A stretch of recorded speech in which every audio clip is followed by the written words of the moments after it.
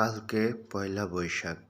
আমরা যারা মুসলমান তারা এই ধরনের অনুষ্ঠান বর্জন করব ইনশাল্লাহ।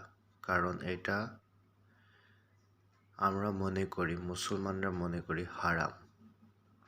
কারণ এটা মুসলমানদের কোনো ধর্মীয় অনুষ্ঠান না।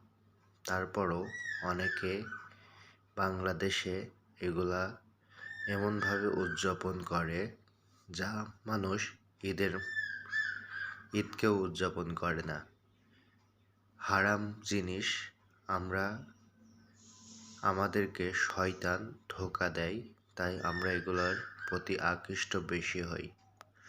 তাই আমাদের এই ধরনের পয়লা বৈশাখ থেকে আল্লাহ হেফাজত করুক এবং আমাদের মা বোনদের হেফাজত করুক। কারণ বেশিরভাগ দেখা যায় বিভিন্ন মা বোনরাই এইসব অনুষ্ঠানে বেহায়াপনা করে বেড়ায়।